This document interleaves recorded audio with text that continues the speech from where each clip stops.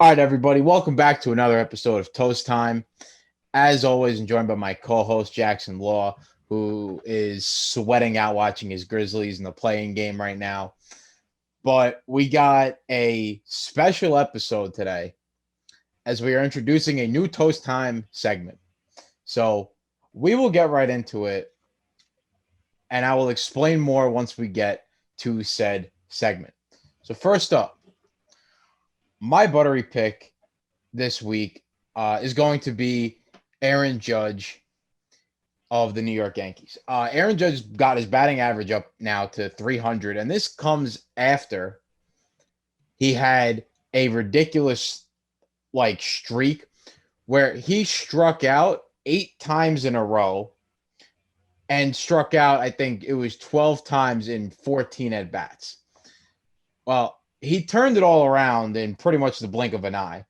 Right when they got to Baltimore, Aaron Judge went and hit a home run in every game, and I think 2 in one game. So he had 4 home runs on that in that series, and he's just been playing some really good offensive baseball lately. You know, with the injuries to now Hicks and Stanton. Although Hicks, I could really care less if he's hurt or not. I think we're better without him in the lineup, but that's for another day. I'm just happy that Aaron Judge is actually performing the way that he's supposed to. And, you know, it's about time that the man is hitting dingers again and showing shades of his rookie season.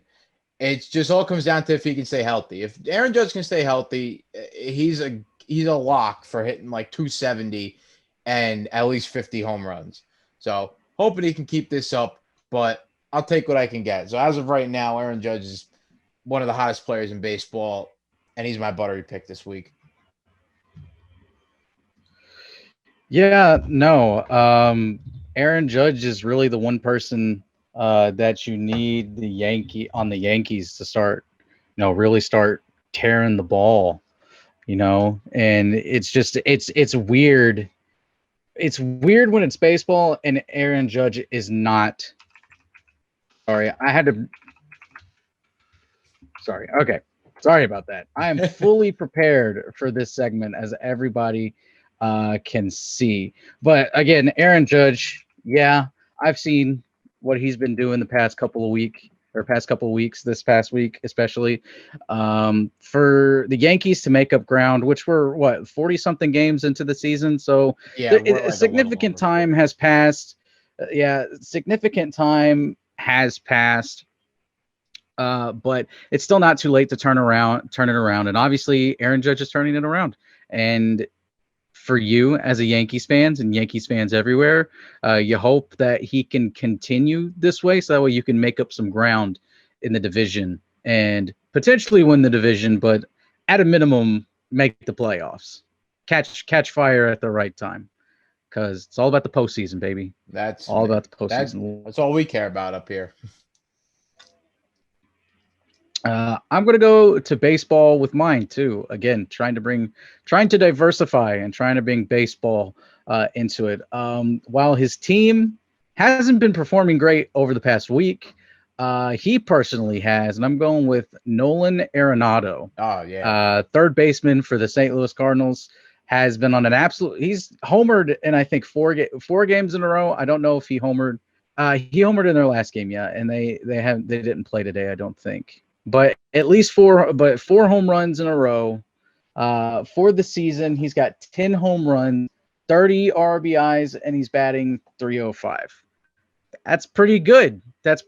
You know, the big thing when the Cardinals made the trade with the Rockies and he came to St. Louis, Arenado, as with most Rockies players, their batting averages and their numbers are really high in Colorado, where the Rockies play at, but low everywhere else. But it's because it's a hitter's field where the Rockies play at. So, there was the question marks. It's like, could he play at a high level somewhere other than with the Rockies? And he's proven, especially this past week and a half, but so far for the first 40 plus games of the season, that, yeah, he's the real deal. He can play, he can hit, and the Cardinals have as good of a record as they do, mostly for that reason. Now, they had a horrible series against the Padres. They got absolutely demolished, but they're playing the Pirates now, so that should be a nice rebound series for them. Yeah, you guys catch a break there playing the playing the Pirates right after the Padres.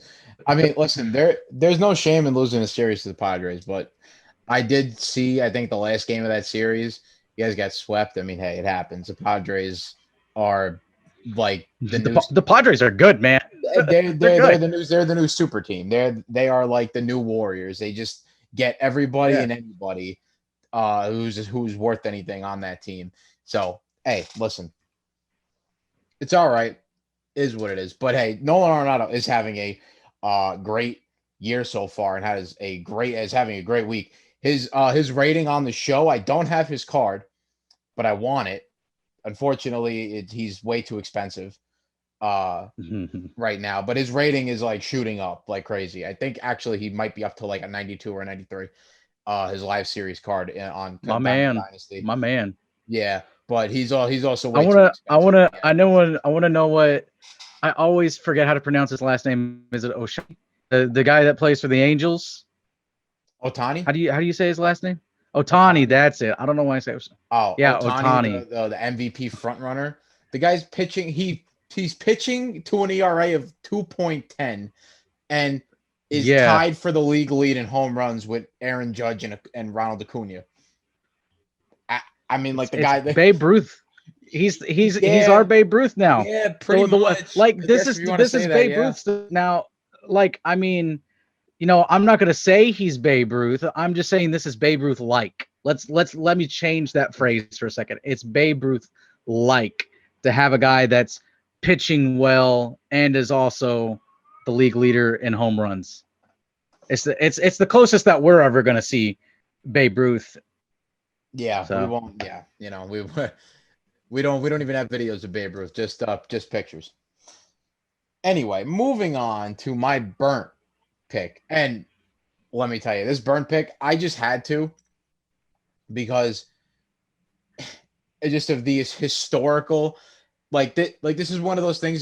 This team was so historically bad this month that it hasn't been done in 120 years.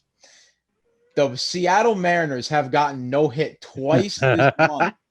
That has not happened to a team in 120 years. Just think about that. And if everybody starts playing, if everybody played the Mariners, like around the league, like if we got Cole and DeGrom to play the Mariners, a lot. Listen, easy no hitters. Listen, no hitters would lose their charm. I mean, there would just be too many of them. Yeah. We've already had like 5 this year, and we're not even 2 months through the season. I know. It's I mean, if I'm a starting pitcher though, and I see that the Mariners are on the schedule and it's my time in the rotation, I'm like, okay, baby. Now's the time to go. Make history. This is as good as a time as any as I'll have.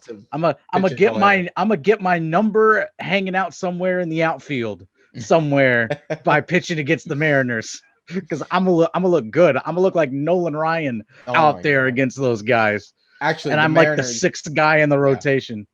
Yeah, the Mariners are actually so bad. Their combined batting average for the team is 199. Oh. Tell me how the whole team is under the Mendoza line. The entire team. That's crazy. One easy way to do that is getting no twice in the same month. Is getting no hit twice in the same month. Didn't it almost happen like another time, like in between the last time it happened and this time? I want to say they like broke a no in like the 7th or 8th inning, because I'm pretty sure I saw that somewhere. You may be right. I could go check that really quick. Let me just see where the Mariners are. Let me go find them. It's actually funny because they're only a game under 500. So like, I don't know. They're getting no hit, but they're winning games. It's so weird. It's literally a home run or nothing for them. That's all it is. Trying to think who else did no hit them. So yeah, so they got no hit by John. They got no hit by John Means of the Orioles, and they got no hit by Spencer Turnbull of the Tigers. And Yeah. I Maybe it mean, was someone else that I was yeah, thinking no, of no, that no, they no, broke a no, no. no. But Well, I mean, there was this game against the Dodgers. They lost 7-1 where they had only 2 hits, but they did have a hit. They did yeah, have a hit in the 5th inning. So I don't know, but they have been getting absolutely shellacked like all year by everybody. Yeah, that's wow, crazy. nuts. All right, so let me go to my burnt pick real quickly, and it's just because these people were making some wild accusations, and I'm talking, and so this isn't necessarily a sport per se. It's a group of fans, all right, and it's a group of fans that I never knew this intensely existed, and it is the Atlanta Hawks super fans Oh that were yeah, flooding the yes, comment yes. section with myself and Alex in our NBA preview. And so Alex and I both agreed we gave the Knicks the series in 6. Okay. And our reasoning for it is that the Knicks have like definitely a top 5 defense in the league. Tibbs has the Knicks as a top 5 defense, and they are even number 1 in a lot of in the entire NBA in a lot of defensive categories. So I'm not going to ignore that. Now their offense is not that great, but defense wins championships, and defense got them the 4 seed.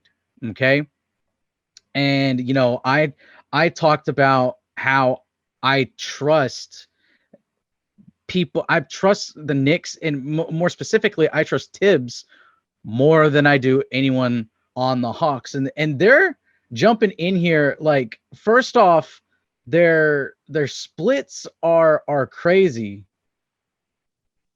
So, like, one dude was claiming that Bogdanovich is shooting 50-40-90. Now, I'm going to double check that.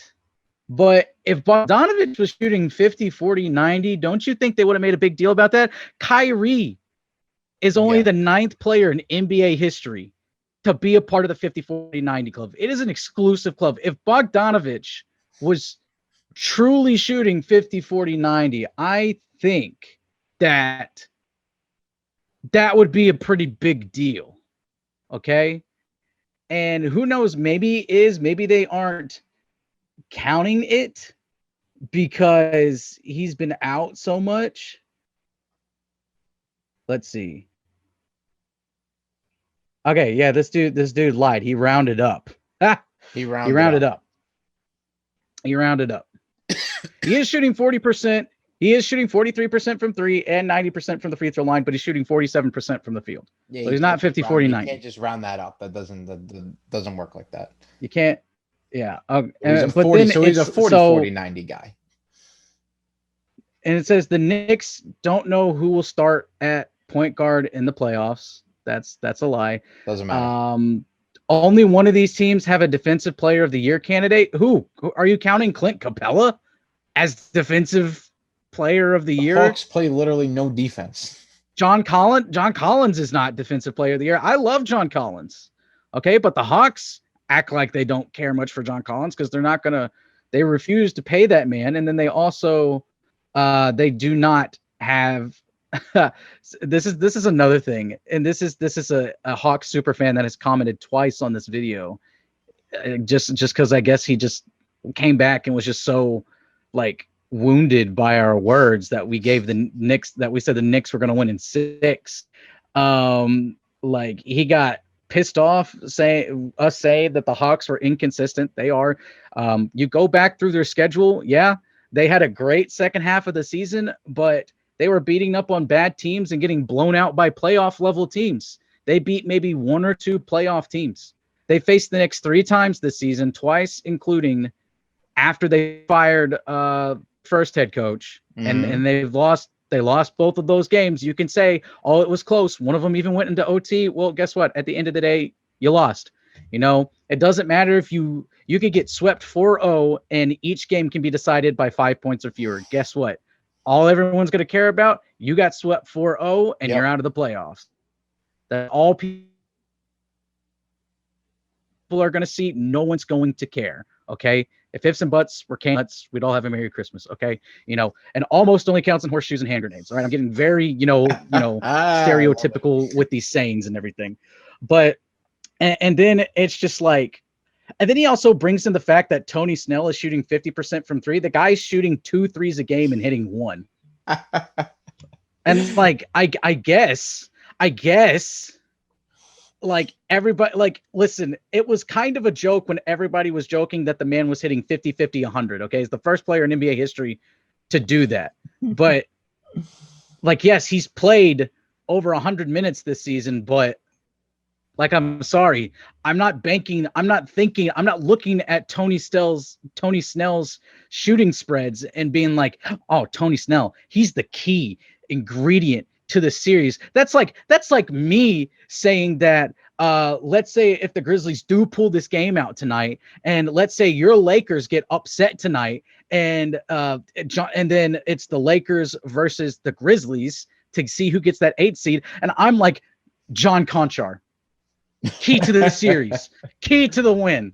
He's going to come in, give you a solid 10 minutes, and in those 10 minutes, the Grizz will pull away and shut down LeBron. That would literally be the equivalent. And 99% of people are going to be like, who is John Conchar? Yeah, that's what I'm very few people outside of the Grizz fandom know who John Conchar is. Now, he is the darling of Grizz fandom. Everybody likes to get jitty. That's like his saying. I really want to get one of his shirts too. Jitty is his phrase. But he's got again, I'm sorry, Hawks super fans, but your team's not there yet. Okay. And like I said, I trust Tibbs more than anybody. And I'm also going to bank off the fact that you really don't have anyone to stop Julius Randle. Emmanuel Quickley and Derrick Rose have been an amazing dual guard combo. RJ Barrett looks like he's starting to take the next step. And then, of course, you still have Mitchell Robinson. So,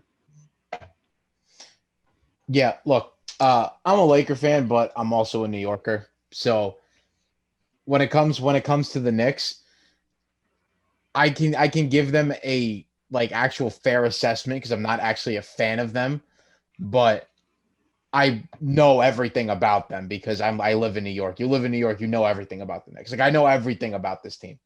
I know everybody on their roster. I know who gets playing time, who doesn't get playing time. I know who's good, who's not good.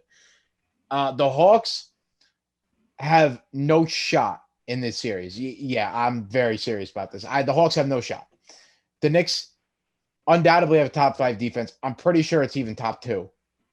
They're number 1 in the NBA. That's what I was saying. It's like I'm being like almost underestimating their defense by just saying they're a top 5 defense. Yeah, they're even better than top 5. I think they're second only to the Lakers in defense, and they're number 1 in a ton of defensive ratings across the board. Julius Randle is the best player in this series right now.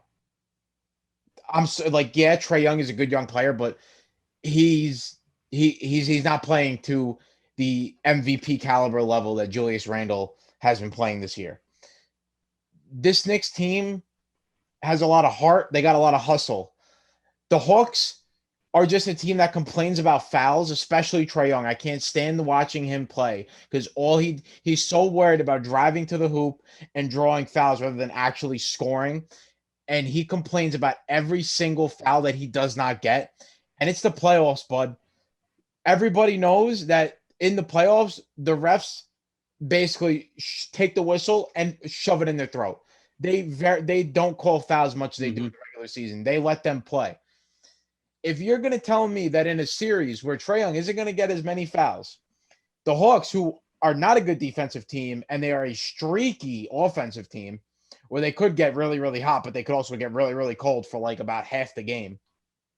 against a team that plays the best defense in the NBA. You're going to tell me that the Hawks really have a shot in this series? I don't think so. My personal opinion, I don't think the Hawks got a shot in this series. I'm even going to go a step further than you and Alex. I think Knicks in 5. I think Hawks steal a game in Atlanta, but I think Knicks in 5. I just feel like the Knicks match up way too well against the Hawks. And like I will throw the regular season out the window that they went 3-0 against the Hawks. I'll literally throw that out the window. To me, that doesn't mean anything.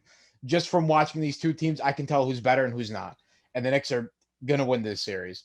So there's that for you. And 100%. for the Hawks super fan, you can come into my comments on Toast Time, and you can have it out with me if you so want. Anyway, moving on here.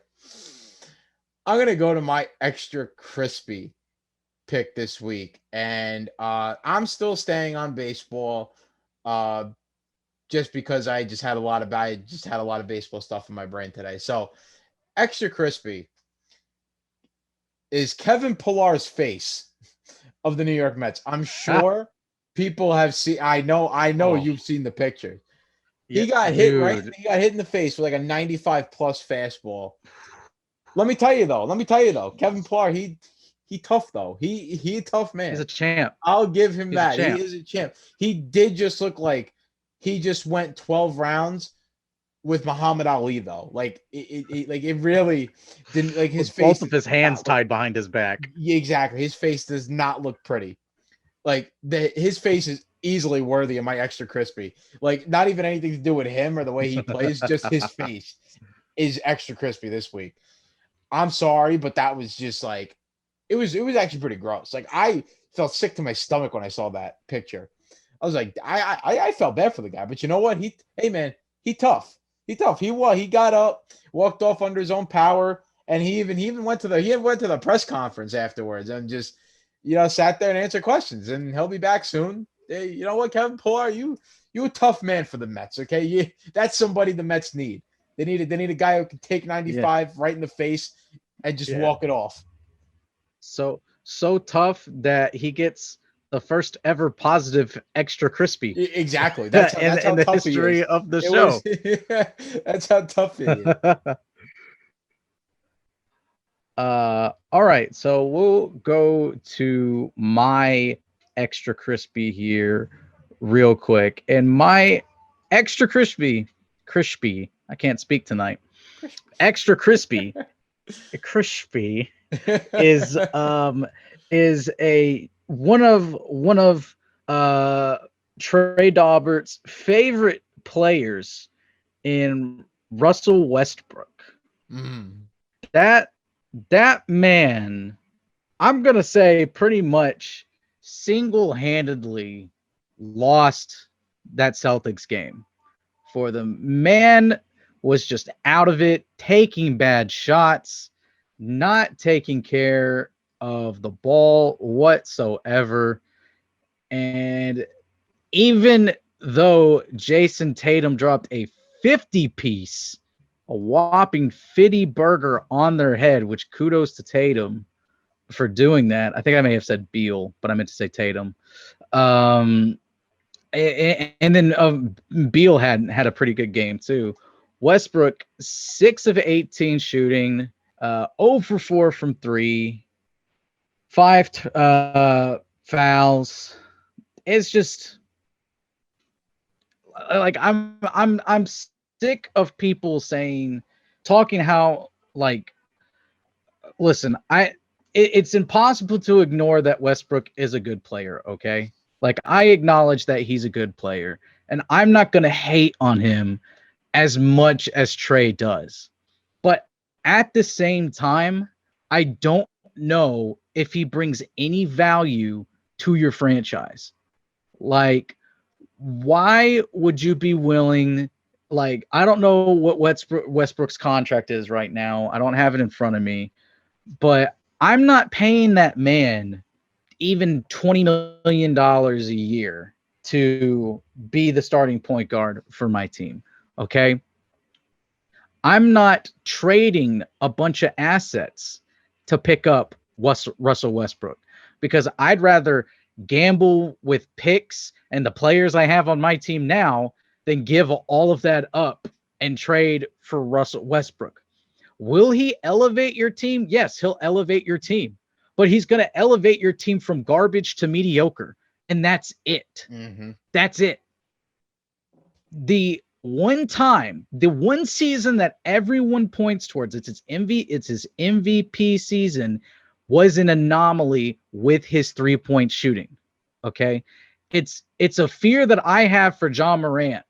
Like, honest to God, because John Morant has so many similarities to the game of Russell Westbrook, and that's including struggling from beyond the arc. People play John Morant the same way they play Russell Westbrook, and the same things happen. Sometimes Russell Westbrook has a great game and finds avenues to cut and drive the basket and gets his points that way. John Morant has those nights too. Sometimes Westbrook has a great shooting night, but it's an anomaly. It's kind of started to be the same thing with John Morant. John Morant had a great month in April, but then all of May he struggled to hit the three. So I hate being the guy that puts blame on just one person in a game that loses a game.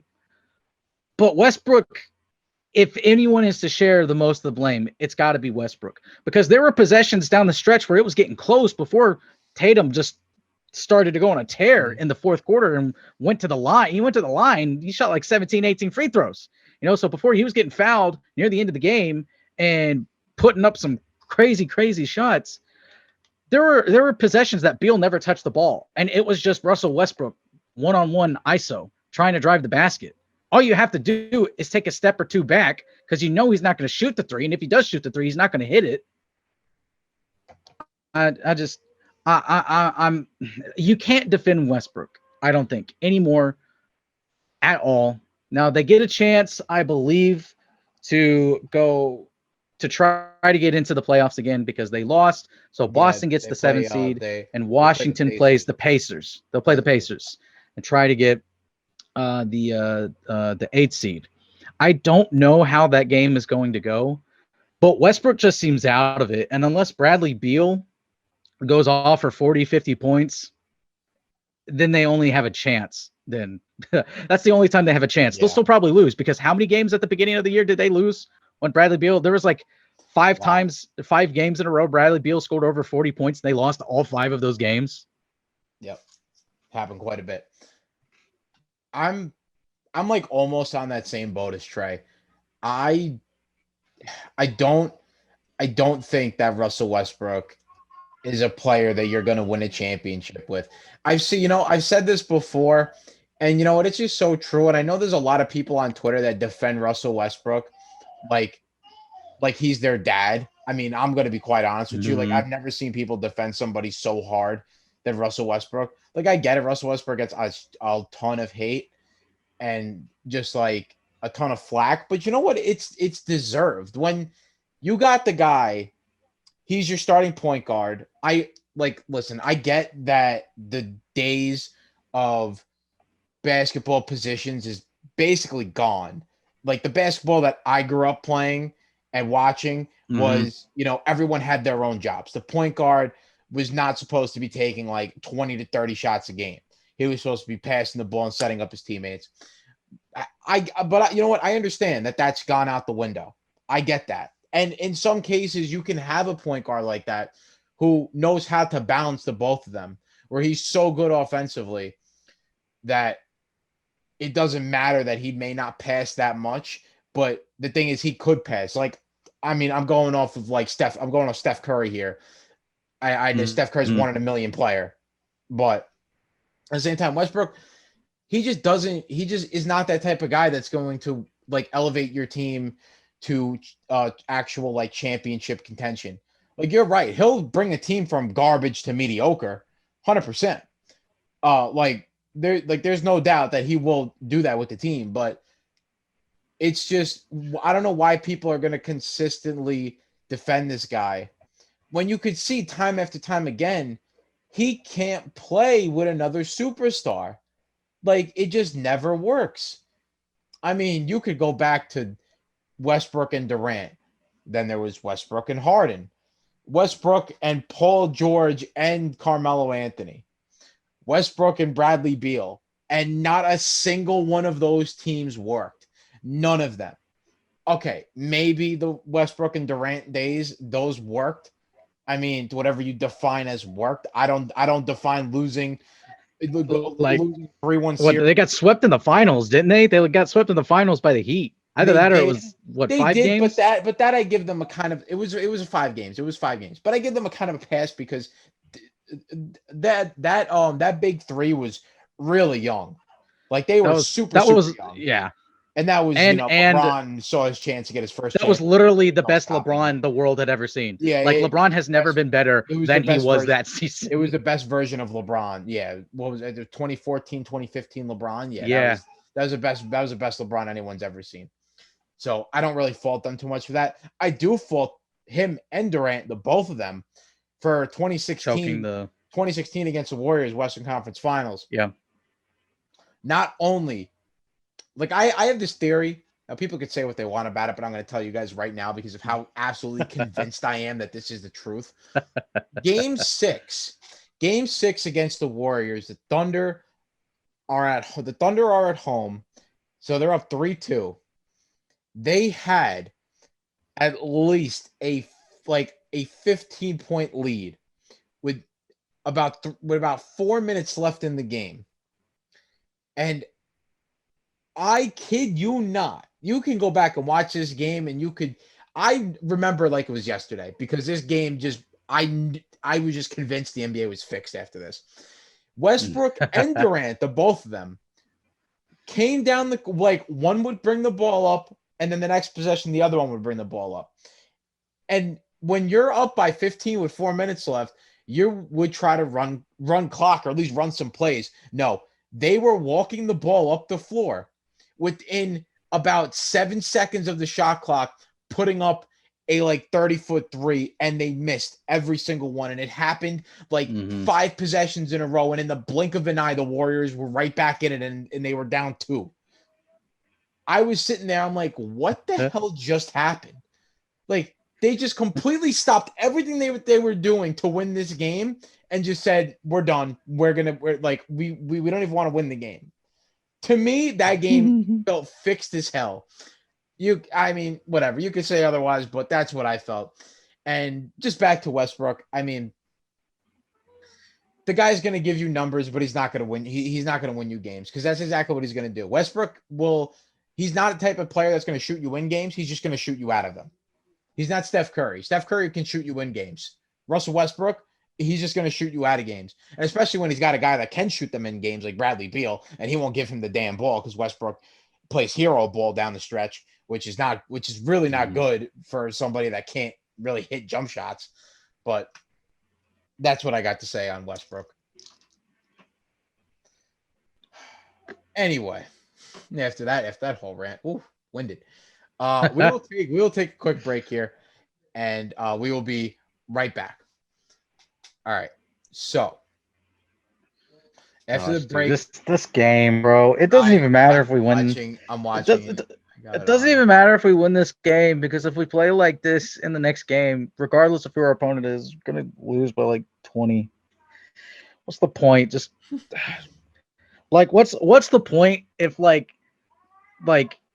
it's kind of the animal is gonna live it. The animal's gonna live an extra year. Just put it down now so that way I can get over the misery. It's kind of it's almost to the point I am. It's kind of just torture at this point because you just know just know that no matter who you play the next game, you're either gonna play LeBron or Steph, and it's there really ain't no. And Steph just creamed us a week ago. Exactly, Steph just demolished you a week ago. What do you think? What do you think LeBron and Anthony Davis would do? Exactly. It's rough out here, dog. It's rough in the Western streets. Conference sucks. That's why I hope they add 6 teams out west, so that way the Grizz can finally. They should move east. They should have conference restructuring. It doesn't matter that the Grizzlies are the most eastern team in the West right now because Like everyone thinks it's going to be Minnesota that gets the move over because they'd have closer Eastern Conference opponents than they do for Western Conference. Hold on, there is a spider on my wall, and I'm arachnophobic, so this needs to get taken care of.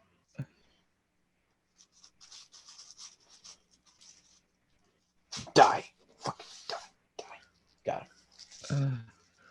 Oh, jeez. Yeah, as big as I am, I've been arachnophobic like my entire life. It's terrible. Oh God. Now I'm gonna sit here for like the next hour and just like constantly be looking at my ceiling. Dude, that's me with like wasps and stuff. Whatever the phobia is for wasps, that's what I have. I despise them with a passion. Now, if it's bees, we have an understanding Like because bumblebees, I like honey. Bumblebees are good. Yeah, like bumblebees and honeybees because they're not going their way to be assholes. No, exactly. You know, wasps, wasps and hornets, yellow jacks. You know what I can't stand? Carpenter bees. Those really big, meaty ones that dig themselves into wood.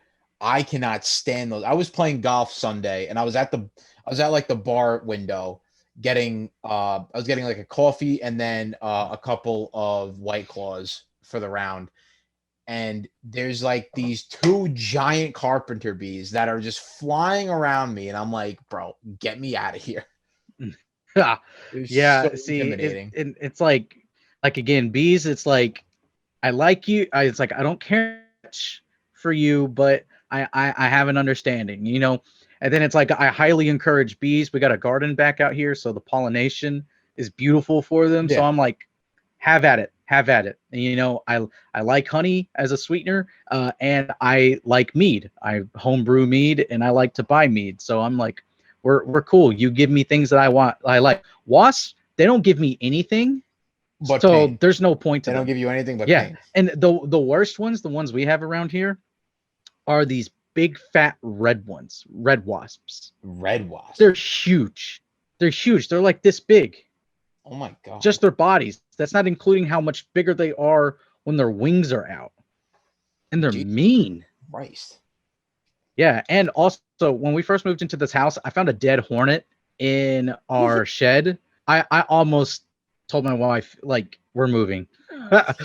A dead hornet means dead hornet nest. That would be me if I moved into my house and after 2 nights I thought the house was haunted. I would literally get everybody up in the house and say, we're out of here. Listen, I don't care what the if it was a horror movie, if I was in a horror movie and I moved into a house and I found out it was haunted, and even though I just moved into it, I don't care what the logistics are or how much money I spent. I'm not staying in that house. No. Okay? I'll go find the nearest Holiday Inn and stay there for 2 weeks if I have to. Yep. Put the house right back on the market. Yeah. I'll be like, listen, I bought it. Some other sucker's going to buy it too. Yeah. Yeah. Sorry about all this extra stuff, Christian. You're editing the video and you're trying to get through all this extra stuff. Yeah. It's like, why is there so much extra talk? Sorry about that. Yeah, my bad, Christian. Oh, well, it is what it is, man. So anyway, real quick, I just want to go over this. We don't have a producer to keep us on track right now. Exactly. So we're just out in the wild. That's how it was with Brian and I for Tandemodium last night. We didn't have Courtney. Courtney was off somewhere else, so we were just in the wild and didn't keep up with time or anything. So, real quick, so when I'm going to introduce this banana bread pick, should I? So I'm going to say, all right. So now's the banana bread pick. Blah blah blah. Monkey knife fight. Should I explain what monkey knife fight is? Yeah, I'd go ahead and do it because it'd be like a quasi ad. So you can explain who they are and that we're partnering up with them. I will give the whole spiel. I'll give the whole spiel. I'll be like, this is what they do. Here's our promo code. Go. Got it. Exactly. Got it. Yep. Got it. Yep. All right. Cool. All right. I'm ready. All right. So next up, and this is why the episode is so special, because now we have our new segment on Toast Time. This is going to be our banana bread picks brought to you by Monkey Knife Fight. But before I go into my pick, I will explain what Monkey Knife Fight is and what they do. So Monkey Knife Fight is basically like a daily fantasy gambling app, more or less. And the games that they have are really cool. Like I'll explain one of the games to you right now. It's called More or Less. So basically their version of Over Under. And all you have to do, they give you a choice of two players. Now we'll just go talk about basketball. This is just I got this on my brain. They'll give you LeBron and Steph. I played this tonight, so I'm thinking about it right now. They got LeBron and Steph. They got Steph, his total is 30.5 points. You pick over or you pick under. And then LeBron, his total is 26.5 points. You pick over or you pick under. You get both of those right, and you win 3 times your money. Their prizes are not set like a bookie where it's just like straight odds. They have a set price. It's you get 3 times the money you put in. So you put in $100, you get $300. You put $10, you get $30. Pretty simple. And they got a lot of different games with a lot of different prizes and multipliers. It's actually really cool, really easy to use. I picked it up within a day of using it. But I also have another special thing for you guys. Right now, you could go on to Monkey Knife Fight and use our promo code Vendetta, VENDETTA, in case you don't know how to spell Vendetta, although you should. We will. I mean, it's everywhere. It's literally if you follow everywhere. us on Twitter. If you're here on the YouTube page, it says it's Vendetta. Literally everywhere. It's literally everywhere. But Monkey Knife Fight will match you up to $100 on your first deposit while using our promo code, and that's on top of their own match deposit bonus that they're going to give you for your first time depositing. So you'll basically have a nice chunk of change in there to play around with, and if you hopefully win some games. if you put in $100, they're going to give you $100. So then you got $200. Yep. To run with. You get a free $100 that you could turn if you bet right. Like for instance, the NBA playoffs coming up. If you bet right on the NBA playoffs, then you could win big. You could walk home with a nice chunk of cheddar. Absolutely. So I will go into my banana bread pick this week, and this is going to be for the Yankee game on Saturday. The Yankee game on Saturday, Garrett Cole is going to pitch. Now, Garrett Cole just had a pretty bad start for Garrett Cole standards, which, I mean, he just didn't have it that night. His command was off. He still got like 7 or 8 strikeouts, but he gave up a lot of runs. The Yankees lost that game. Now they're going to be playing the Chicago White Sox on Saturday. The Chicago White Sox are a good team, good hitting team. I'll give them that. But Garrett Cole is the best pitcher in the American League, and he just had a bad start. If you know Garrett Cole and you know him coming off of a bad start, his numbers are ridiculous. Just this season, he came off of a bad start and pitched 1-run ball through 8 innings. I believe he did in his very next start. So what I would do is they're going to give you a strikeout totals for the 2 starting pitchers, which is going to be Cole and whoever the White Sox throw out there. Now, why I'm saying whoever the White Sox throw out there, because no matter what that total is, it could be 4, 5, 3, 6. Take the over because the Yankees strike out a shit ton. Okay, I watch a team every day. I know. Just take the over. Whatever total they give you with the opposing pitcher, take the over. Take the over and strike out. Garrett Cole, his total is probably going to be somewhere around 9 or 10. Take the over because I'm predicting that Garrett Cole is going to have one of his absolute shutdown games where he can't be touched. He'll go 7 or 8 innings, at least 12 to 13 strikeouts. So take that. I think that's a great play, and that's one of the easier, more or less ones that you could do. And that's going to pay out, I believe, 3. Yeah, that'll pay out 3 times the prize. So, hey, listen, I'm not telling you how much to bet, but you could make a pretty penny off this.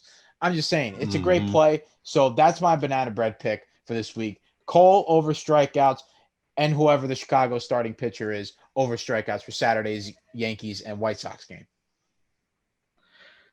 Yeah, and I guess to just kind of explain, like, the reason why, like, we're doing it the way we are is because we are a weekly podcast that records 1 day a week, and it comes out like a day or 2 later. And the Monkey Knife Fight doesn't release their plays until the day of.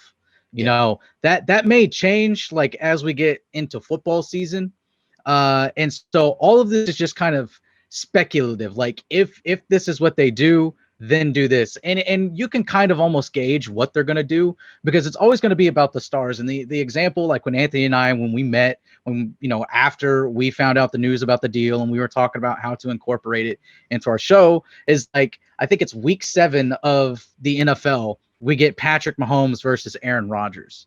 So they're going to have their more or less verses for them, and then they're going to do more or less with either one of those guys. You know, that's just because it's Patrick Mahomes and Aaron Rodgers. Okay. It's a marquee matchup, not just for that week, but like for the entire 17 game NFL roster. So we kind of gauge how this goes. And the more familiar we get with Monkey Knife Fight and the longer we're partnered with them, then, you know, we can kind of gauge everything. You know, it would also help if it was legal to gamble in my state, but it's not legal to online gamble in my state. Even with the VPN, they're like, nope, we know where you are. You can't hide from us. You can't use something that says I'm in, you know, Denver, Colorado, or New Jersey or whatever, or any other state where it's legal to gamble. They're like, nope, we see that, you know, in Arkansas. You know, if I was like just an hour across the Mississippi River, I could use Monkey Knife Fight because in Tennessee, online gambling is legal. Can't do it here. It sucks. It really does suck. But I will go with my banana bread pick, and I am once again going to be picking on the Atlanta Hawks. First, I was picking on their fans. Now I'm picking on the team, just the team, not necessarily the fans. It was the team and the fans, kind of, earlier in the show. But golly, Dylan Brooks and Rudy Gay about to get into a fight. That's awesome. Game's getting chippy. I love it. And no fouls are getting called too, so that makes it even better. Good move by John. Good move. Yeah. But for mine, I'm gonna say with tonight, you know, the more or less being speaking of Steph Curry, you know, his more or less being what it was like 30.3 points, something like that, something outrageous like that. If for Trae Young, if it is anything over 30 points, take the less. That's going to be 100%. My advice. I do not see this. This is not going to be an offensive driven series. It is 100% going to be dictated by the defense. Okay. The only way that offense is dictating this game is for the sole fact that you have to score points to win. Like that's it. That's it. Both teams will end up scoring 100 because that's just the modern NBA. You know, we don't get classic like Kobe game winners and the final score is 79-77. Yeah. You know, we don't get that stuff anymore.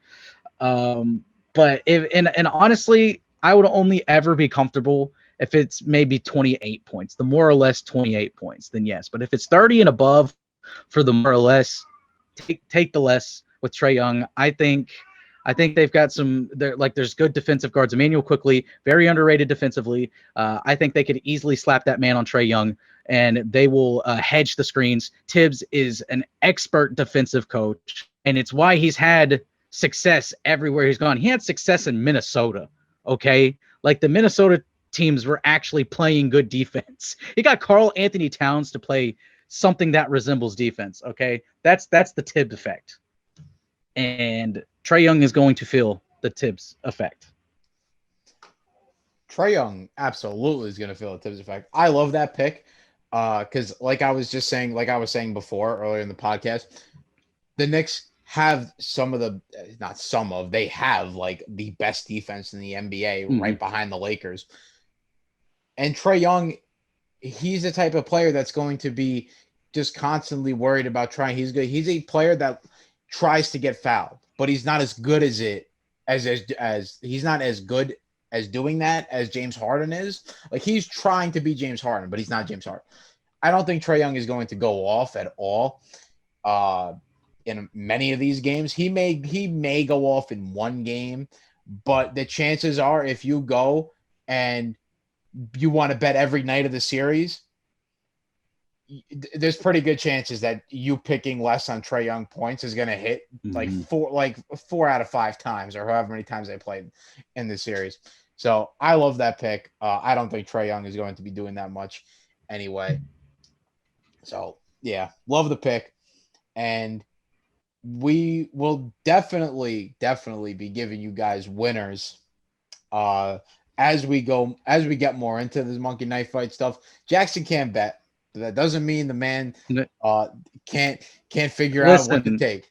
Listen, hey, I was doing the betting series for like the first half of the NFL season this past year. Yep. I was doing good. If I was betting, I would have been net positive, which is the best you could hope for in the world of gambling. If you're walking away with just a little bit extra than what you started, superstar. If you gamble at a 55% clip, you're a superstar. I was maybe 8 or 9 picks above 500, and I bet every single game of the week. I had, like, my last 2 weeks were really bad weeks, so I was losing my touch. My touch. Fonz 5 was doing pretty well. So, man, I can't wait to bring that back football. I'm getting too excited because Fonz 5 is going to be filled. The God, we're gonna have everything in there. Everything. All right. Anyway, let's move on to our next dang free throw, guys. Come on and make a free throw. Sorry. God damn it. For real. Our next segment, we're gonna go into our soggy toast here, and my soggy toast is going to be the man that I talk about all the time because of how much I just can't stand him. Is Kyrie Irving.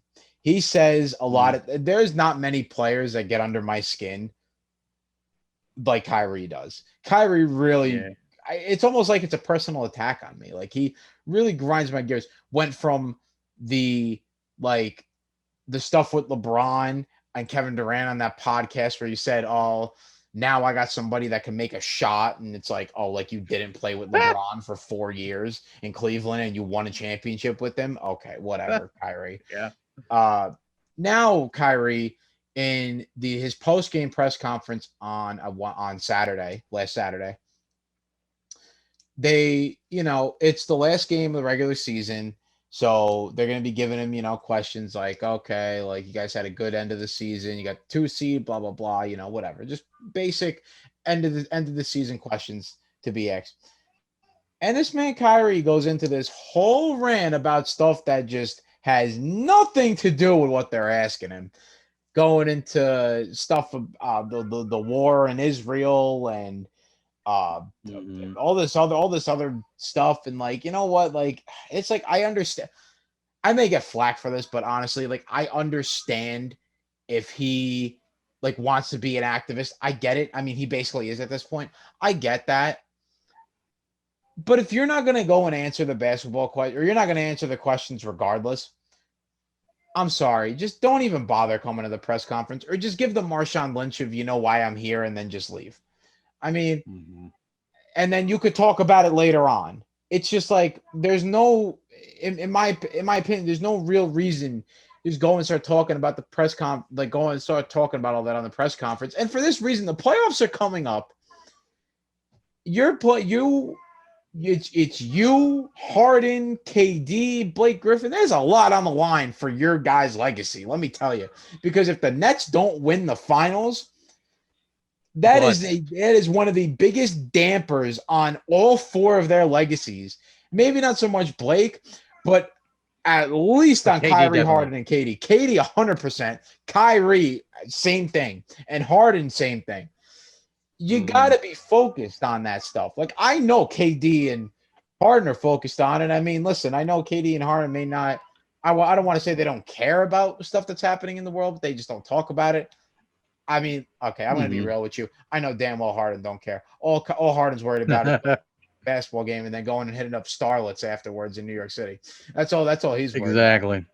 I mean, the real winners of the Harden and of the Houston and Nets trade. Yeah, really. It's the strip clubs in New York. Oh man, like that's all I'm saying about that. But It's just like, because we've seen Kyrie talk like this before, and then what does he do right after, Jackson? He disappears for like 2 weeks. So now, if I'm in the Nets front office and I hear him saying this, I'm literally pulling my hair out because I'm like, oh my God, is he going to leave for 2 weeks? Like, the playoffs are starting. Like, I'm going to be freaking out. I'll be freaking out. And it's just like, it's so much of a headache. Now, if he didn't do the leave stuff where he just left for weeks at a time, honestly, I probably wouldn't even be talking about this right now because I wouldn't really care. But it's just because, like, he does this a lot. Like, he kind of just preludes to him just disappearing for 2 weeks. Will he do it before the playoffs start? I don't know, but it's Kyrie Irving, so who knows what that man's gonna do. Yeah, it's like, I brought it up earlier in the show. He's like the 9th player in NBA history to be a part of the 50-40-90 club, and he treats the NBA as like a side hobby that he's tired of doing. Exactly. And he only does it because the man's getting paid like $30 million a year for this side hustle, like, I get it. There's problems in the world that are bigger than basketball, that are bigger than sports, that need the attention. Yeah. But I get that. At the same time, you've made a commitment to your teammates, the organization. When you signed a contract there, it's a contract, and you're saying, when you're at the skill level that Kyrie is, and you're signing there with a guy like KD, and then you're pushing to move over half the roster and all the picks that you own for the next couple of years to get another player like James Harden, then your goal is to win a championship. I mean, everybody's goal in the NBA and sports in general is to win a championship, but you literally can win a championship right now. Like, you're the favorites. You're hands down the favorites. Like, the West has never been more vulnerable than it is now. Mm-hmm. With LeBron's ankle, we still not knowing, and the fact that top contenders like the Jazz and the Nuggets are down key players, and that you just can't trust someone inexperienced like the Suns to do anything. And the East is the East. It's the East. So the Nets have the best chance of winning a title. And again, I get it that there's bigger problems going on in the world, but I'm able to realize that, and I go to my crappy job that I really don't like every day, and I'm getting paid what Kyrie makes in a minute of playing basketball, maybe less.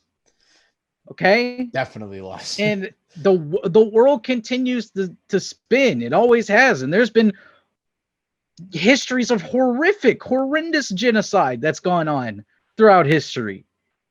And does stuff need to stop? Yes. But when it comes to basketball, you made the commitment. You need to show up. And then you can talk about those things. And it's the same reason why, when NBA players were not thinking about going to the bubble because they wanted to raise more awareness about social justice issues. Kyrie was one of those people that was like, maybe we shouldn't go.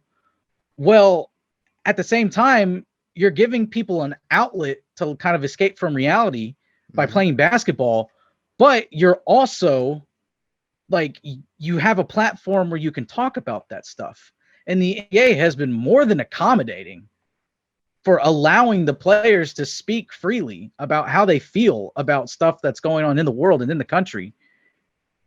And accommodate them as best as they can, and creating task force. And when something happens and they're like, hey, we're not cool with playing, the NBA doesn't fret. They're like, okay, you can take the game off. We'll reschedule it, and we'll have a come to Jesus meeting. We'll hash things out.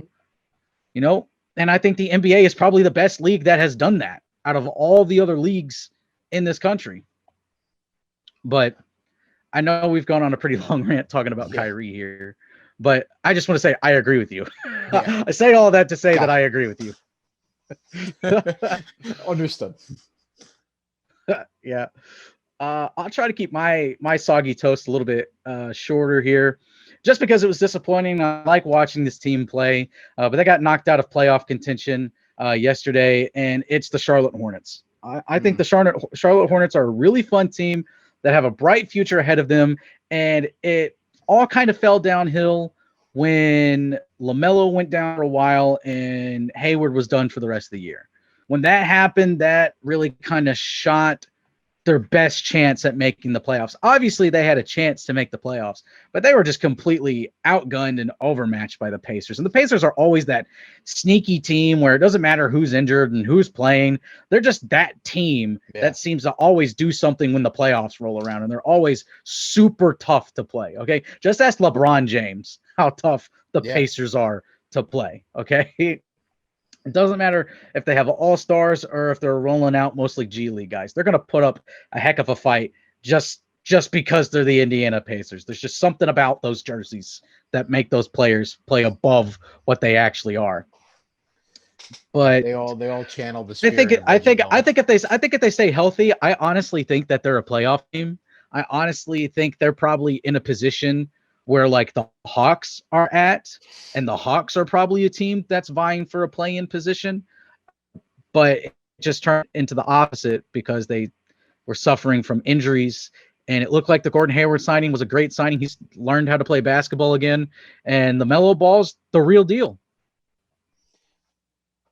I like LaMelo Ball. He is a great player for them. He's only going to get better.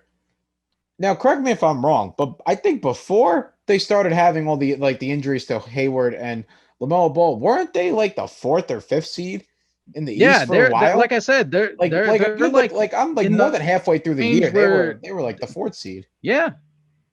And it's just injuries got in the way, and then your two core players go down, and of course, there's not really much you can do. And it's basketball. Two players mean the difference between the 4th seed and not going home and not being in the playoffs. Look what happened to the Lakers. They were literally the 1-2 seed. Anthony Davis and LeBron both missed like a month and a half or more. And they dropped to 7. Now we're playing the play-in game. I mean, I understand like people want to talk about next man up. There is no next man up for guys that are the cornerstones of your franchise. That just doesn't. That argument is so stupid because I'm sorry, like it actually is a stupid argument. Next man up. Yeah. Like I'm sorry, LeBron James and Anthony Davis. Yeah, next man up. There's next man up to Finals MVP and the greatest and probably the best player of our generation. It's one thing if it's like the 7th guy on your rotation goes down. Yeah, and so you have to move up a guy to play 10 minutes a game for a week, 2 weeks a month. That's next man up, or a corner like in the NFL. It's like a linebacker goes down or a corner goes down, and he's out for a couple weeks. Exactly. Next man up. Yeah, but at the same time, you got 10 other dudes out there on the field that got to do their job. Basketball, it's 5, and one man makes all the difference in the world because again, LeBron James. Cleveland goes from playoff team, not a playoff team, to a championship winning team, to a lottery team again. All in the span of LeBron's career, based on LeBron's decisions. Look what happened to the Warriors when Klay Thompson and Steph both got hurt and missed the entire year last year. They had like 15 wins. Yeah, they were a top 3 team. They were the number 3 team, I think, if I remember correctly, because they picked in the lottery. James Wiseman. Oh. Anyway. We are at the toast of the week. Now, this is a special toast of the week.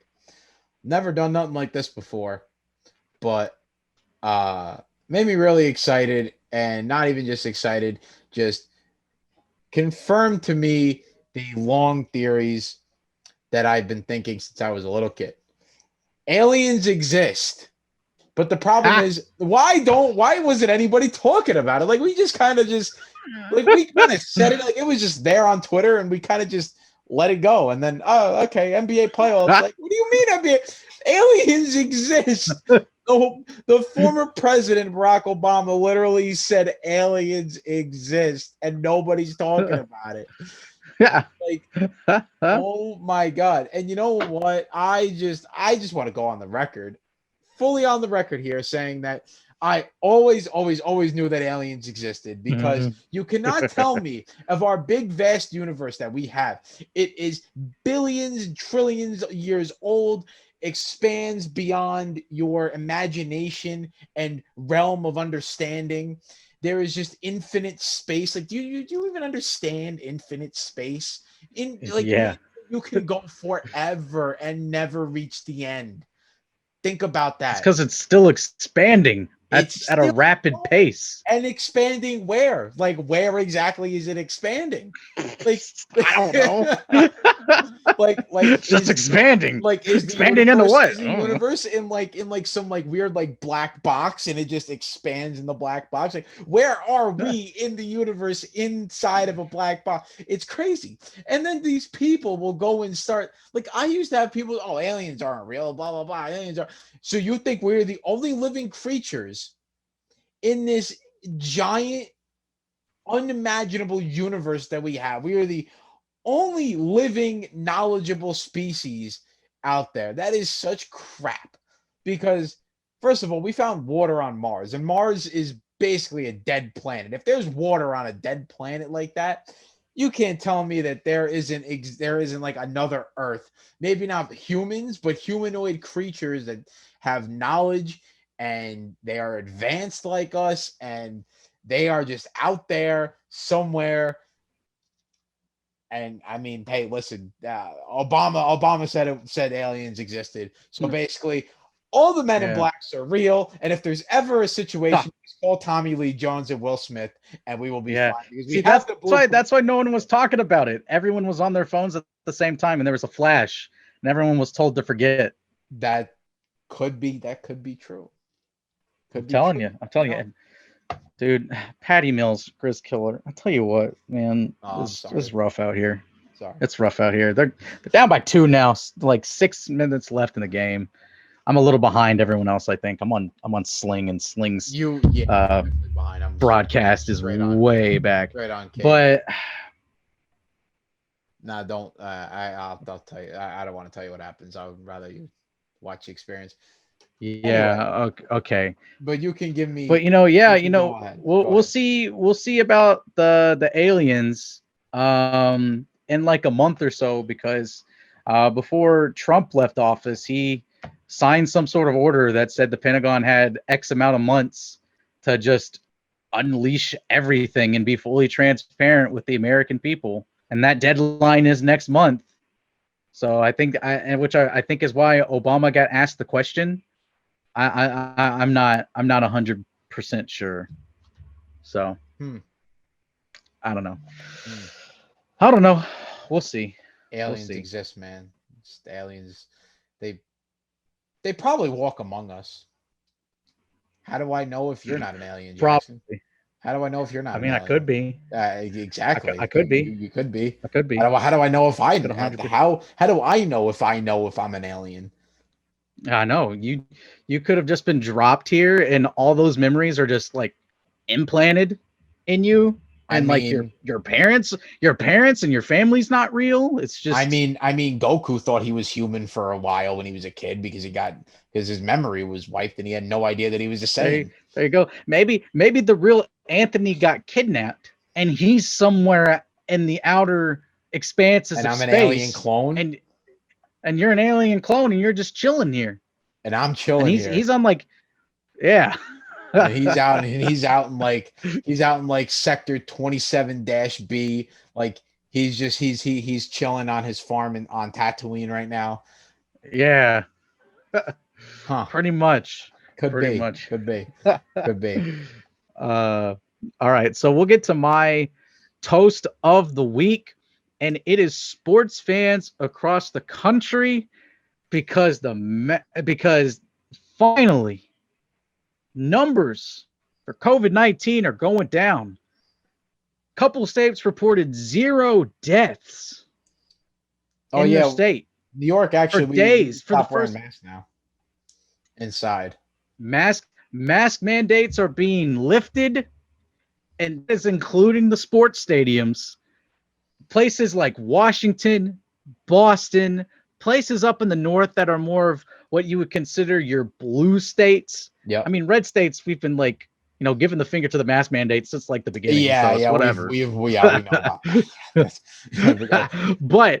but the country as a whole, the mask mandates are finally ending, and we can finally go back and enjoy sporting events once again. Seeing videos of men just flat out punching other dudes, knocking them out cold. The world's healing, yeah. Or like in the Celtics game last night, the fans were chanting "F you, Westbrook" while he's shooting free throws, and it's just the world is becoming normal again. Yep. It's stuff that I understand, and I'm happy with it. So, to sports fans everywhere, it's finally time to come out of our homes, dust off your jerseys and your nicest sneakers, and if you have any money left over from your stimmies, then put them down on some tickets. Go to the ballpark. Go spend 3 hours at a ballpark, drink an overpriced beer, eat an overpriced hot dog, and watch your team suck probably. But hey, it's sports, and you're outside, and you're with a crowd of people that are just as miserable as you are. Hey, can I buy Yankee tickets in Dogecoin yet? I don't know. I don't think so. You probably won't get as good. You probably won't get as good as seats now as you would have. That's okay. I'll still get plenty good seats. Don't you worry about that. Yeah, time in hands, baby. Hey, listen. I could get Mavs tickets though. I can get Mavs tickets. You could get Mavs tickets, and I think Houston Rockets tickets too. What's up with the Texas teams in the Doge? Yeah, no. Hey, listen. They love them some Doge. They do. And I'm here for it. I'm here for all of it, actually. Me too. But anyway, guys, that wraps up our show today. Don't forget, like and subscribe to the video. Also, don't forget, go on Monkey Knife Fight, use a promo code Vendetta, get 100% match bonus up to $100, and go make yourself some money. And also, one more little closing note, go Lakers. And if I am a clone, and I found I am an alien clone, I'm going to have to go and find my people. Because you thought the Zoom calls were going to be bad from Arkansas to New York. Just wait. Just wait until Jackson's trying to call me on Tatooine. It's going to be, I mean, who knows? Maybe I'll find some long signal array. Listen, no wonder why I've been feeling so weird my whole life. It's because I'm not from this earth. Who knows? Hey, we don't know. All right. Enough of my crazy History Channel talk. Good night, everyone. Aliens. Aliens. I love it. Aliens. Pyramids, aliens.